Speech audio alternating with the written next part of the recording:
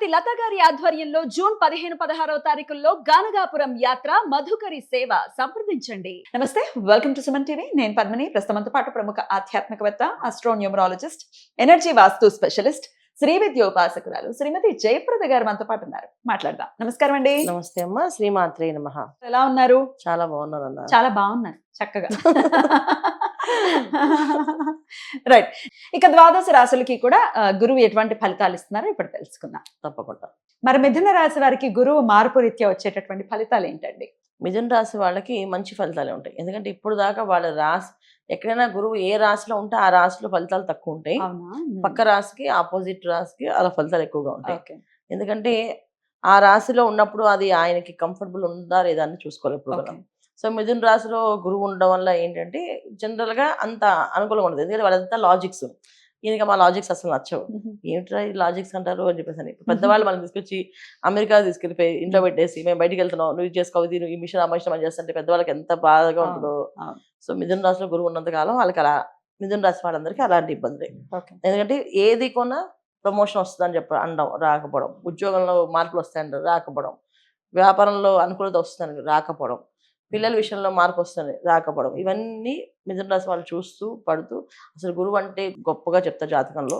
మరి గురువు మన రాశిలో ఉండి ఏం చేయట్లేదు అని చెప్పి ఫీల్ అవుతుంది. అందరికీ ఫీలింగ్ అనేది ఉంది. అది ఎందుకంటే ఆ రాశిలో ఉంటే గురువు ఏం చేయదు. ఎందుకంటే అక్కడ ఉండే తత్వం ఏంటంటే ఆ రాశి తత్వం, బుధుడు ఒక తత్వం ఏంటంటే లాజిక్స్. ఆ లాజిక్స్ ఆయనకి ఇష్టం ఉండదు, అందువల్ల లేదు. ఎప్పుడైతే కర్కాటక రాశికి వస్తారో ధనస్థానం, వాక్ స్థానం మిథున రాశి వాళ్ళకి.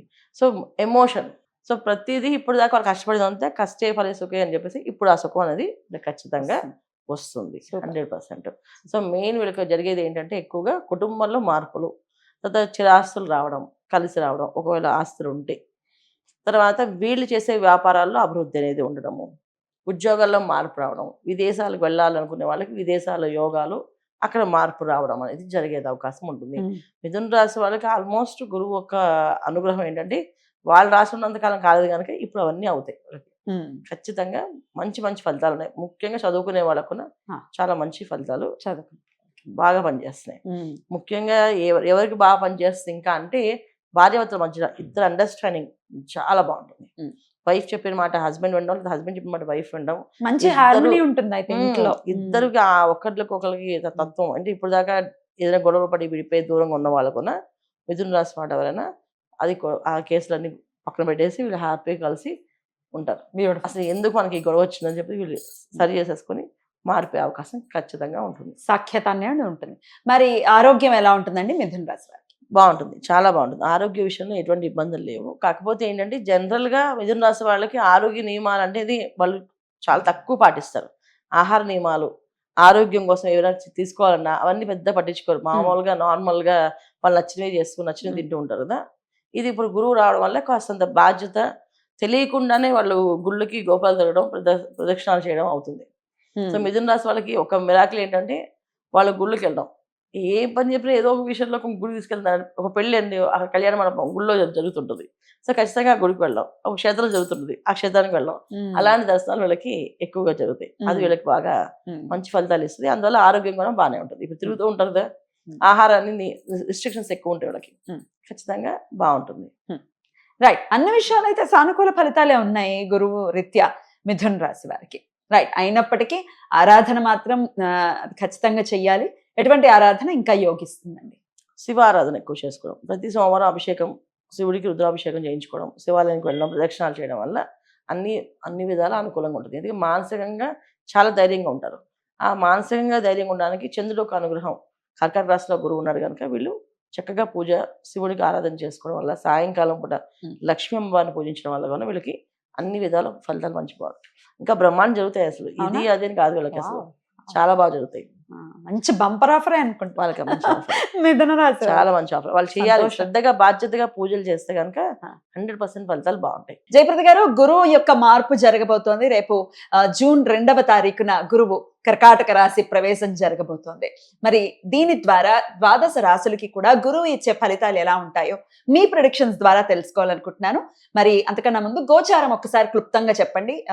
గురువు ఎప్పుడు రాబోతున్నారు, అంటే ఇంకా మిగిలిన మేజర్ గ్రహాలు ఎక్కడెక్కడ ఉన్నాయి, ఇవన్నీ ఒకసారి. తప్పకుండా. సో గురువు మార్పు అనేది అందరికీ మంచి శుభవార్తలు, శుభకరమైన విషయాలు జరిగే అవకాశాలు ఎక్కువగా ఉన్నాయి. బ్యూటిఫుల్. ఎందుకంటే గోచారీత్యా చూసుకుంటే శనేశ్వరుడు మీనరాశిలో ఉండడం, గురువు కర్కాటక రాశికి మారడం, ఈ రెండు కూడా మేజర్ గ్రహాలు. యాక్చువల్లీ మన జీవితంలో మనం ముందుకు వెళ్ళాలి, ఒక జీవితంలో ఒక ఆధారం కావాలి అంటే శనేశ్వరుడు ప్లస్ గురువు ఇద్దరు ఉండాలి. వీళ్ళిద్దరు అనుగ్రహం ఏంటంటే ఈయన క్రమశిక్షణ నేర్పిస్తారు, ఈయన సంతోషంగా ఉండాలని నేర్పిస్తాడు. సో ఎలా చేసుకోవాలని నేర్పిస్తాడు. అందుకని ఈ రెండు గ్రహాలు కాంబినేషన్ ఈ మధ్యన ఏంటంటే ఈ మధ్య కాలంలో చాలా చాలా అద్భుతమైన ఫలితాలని ఇస్తుంది అందరికీ. అన్ని రాశుల వాళ్ళకి, ఈ ఒక్క రాశి అని కాకుండా మనం ఒక్కొక్క రాశి తర్వాత వివరికి చెప్తాం, కానీ అన్ని రాశులకి ఫలితాలు బాగుంటాయి. రాహు కేతువులు ఒకరు, రాహు కేతువులు ఇద్దరు కొన్న కాంబినేషన్స్ ఏంటంటే కేతువు అనే సింహరాశిలో ఉండడం ఒక విధంగా మంచిది, చెడైతే కాదు. అలాగే రాహు కుంభరాశిలో ఉండడం కూడా మంచి, చెడైతే కాదు. కాకపోతే ఏంటంటే కొన్ని రాశులకి అవి యాంటీగా పనిచేస్తాయి. కానీ ఇప్పుడున్న కాలం గమనంలో ఈ 4 గ్రహాలు కాంబినేషన్ అనేది ఒక అద్భుతంగా పనిచేస్తాయి. అది చాలా విషయాల్లో మనకి ముందు ముందు వెళ్తున్న కొద్దీ చెప్తూ ఉంటాం మీకు అన్ని విషయాలు. తప్పకుండా రాశుల వారీగా మనం మాట్లాడుకుందాం. ఒక బంగారం విషయం ఒకటి చెప్పండి, మళ్ళీ ఇంకేమైనా పెరుగుతుందా ఉచ్చ స్థితిలోకి మరి గురువు వెళ్ళటం రీత్యా? బంగారం అనేది పెరిగే అవకాశం ఎక్కువగా ఉంది. అయితే ఉచ్చస్థితిలో గురువు రావడం అనేది కాదు, కానీ ఇక్కడ అంటే బంగారానికి కారకుడు గురువు కదా, బంగారం కారకుడు గురువు అయినప్పటికీ కూడా బంగారం ప్రతి సంవత్సరం పెరుగుతూ ఉంటుంది అన్న. అయితే ఇక్కడ ఇప్పుడే బాగా హెచ్చుతగ్గులు ఉన్నాయి కదా. దీనికి కారకత్వం ఏంటంటే గురువు ఒక్కలే కాదు, ఇక్కడ గురువు, శనేశ్వరుడు, రాహు, కేతువు, ఈ 4 గ్రహాలు కాంబినేషన్ ఏవైతే ఉన్నాయో దాని వల్ల ఈ విపరీత విపత్తులు. దీంట్లో మనం బంగారం పెరగడం అనేది ఉందా, చాలా దారుణంగానే ఉంది. ఎందుకంటే ఇప్పుడు మనకి వినడం ఏంటంటే 1,55,000 1,60,000 చెప్తున్నారు కదా, అది 1,40,000 1,30,000 దింపుతారు మధ్యలో. తర్వాత ఎప్పుడైతే ఎండ్ ఆఫ్ ఇయర్ అవుతుందో 2 లక్షల దాకా వెళ్తుందంట. సో బంగారం పెరిగే అవకాశం ఎక్కువగానే ఉంటుంది. మోడీ గారు చెప్పినట్టుగా కొన్నాళ్ళు ఆగడం బెటర్ అంటారా ఇన్వెస్ట్ చేయడానికి? ఖచ్చితంగా ఆగితే, ఆయన చెప్పిన విషయము చాలా లోతుగా ఆలోచించి చెప్పారు ఆయన.